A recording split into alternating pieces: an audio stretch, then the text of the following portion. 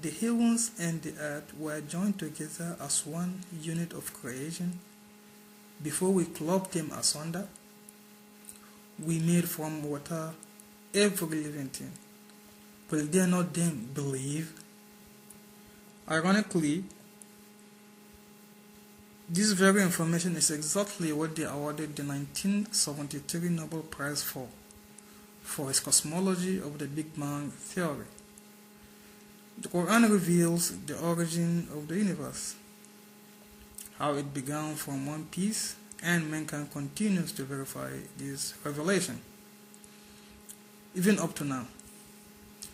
Additionally, the fact that all life originated from water will not have been an easy thing to convince people of 14th century ago. Indeed, if 1400 years ago you had stood in the desert and told someone, all of these you see pointing yourself is made up of mostly water, no one will have believed you. Proof of that was not available until the invention of the microscope. They had to wait to find out that cytoplasm, the basic substance of the cell, is made up of 80% water. Nonetheless, the evidence did come, and once again the Quran stood the test of time. There is another marvelous scientific fact that Quran has that no other theological book has. It is called falsification test. It is what distinguishes the modern day theories like Einstein's theory of time with others. Albert Einstein came up with falsification tests that can test his theory. In fact, scientists today no longer waste their times on a theory like a test of falsification. But can you imagine a 7th century book having the same scientific approach with Einstein? It is for certain not a human book. It is a divine book. Here is a test to prove whether Quran is wrong. Bismillahirrahmanirrahim. أفلا يتدبرون القرآن ولو كان من عند غير الله لوجدوا فيه اختلافا كثيرا. Holy Quran chapter 4 verse 82, and it's translated, do they not consider the Quran with care? Had it been from other than Allah, they would surely have found therein much discrepancy. Go ahead, check it, and you can never find a mistake in it. This is a clear challenge to the non-Muslims, as Quran invites them to find mistake if they can. The uniqueness in the confidence of Quran is quite different than any other book in human history. People just don't write a book and boastfully offers claim of its authenticity. This is not the behavior of humans. We don't work like that. Quran is inerrant, the direct word of God, which justifies its authenticity by the proof of nature, science, and human logic. To the critics who doubt its authenticity, I say unto you, the challenge is still open. Find mistake in it if it is not from Allah. I assure you, a mistake will never to be found in the holy book of Islam, Quran. Muhammad sallallahu alaihi wasallam was no more than a messenger of Allah. He was unlettered, illiterate, al-ummi. He can neither read nor write. He doesn't speak out of his desire. He was always been commanded to speak. That is why Quran is full of the command, say, in Arabic, qul. It occurs over and over in the Quran. The first revelation 2 opens with a similar divine command, Iqra, which means read. That shows literally the speaker in the first person in the Quran is Allah, that is God. The religion of Islam is not an antique or backward religion that doesn't provide for the modern world.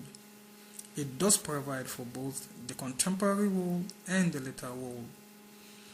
A Muslim is not a label or a name of a certain cult member or network. A Muslim is he who submits to the will of one and only God, Allah in Arabic. For while the world view Islam negatively as extreme and liberal, nauseous and nuisance, Islam looks at it differently, with the positive lens on how to come to terms with those problems, managing frustration before it leads to aggression, covering extremism with the balance of justice, and decorating harmony even before the outbreak of conflict. Just as Abraham and Adam, David and Noah, Moses and Jesus taught unity and brotherhood during their ministry, so does Muhammad. He teaches us unity, loving one another, mercy upon each other, and patience with one another. He also makes us to believe in all the prophets before him, and that is a fulfillment of other prophecy prophesied by Prophet Isa, Jesus. May the peace and blessings of Allah be upon him.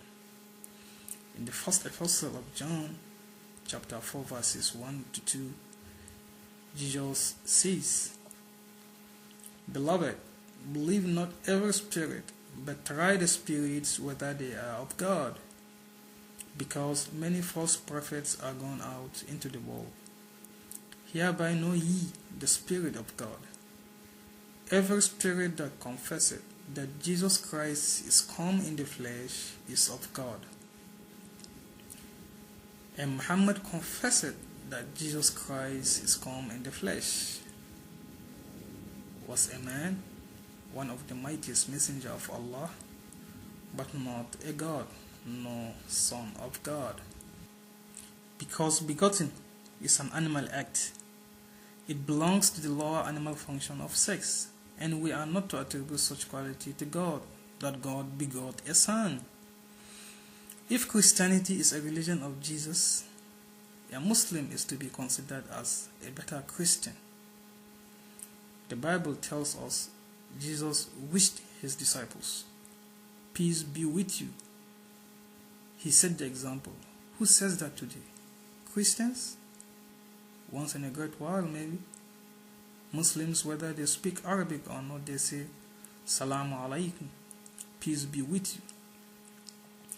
Jesus, when he prayed in the Garden of Gethsemane, he puts his forehead on the ground. Who prays like that? Christians or Muslims? Jesus used to fast for more than a month at a time. Who fasts today? Christians or Muslims? Who really is trying to imitate Jesus? Don't close your mind before you gather all the facts. The Muslims honor Jesus, they lift him up. They can't tolerate anything bad said against him.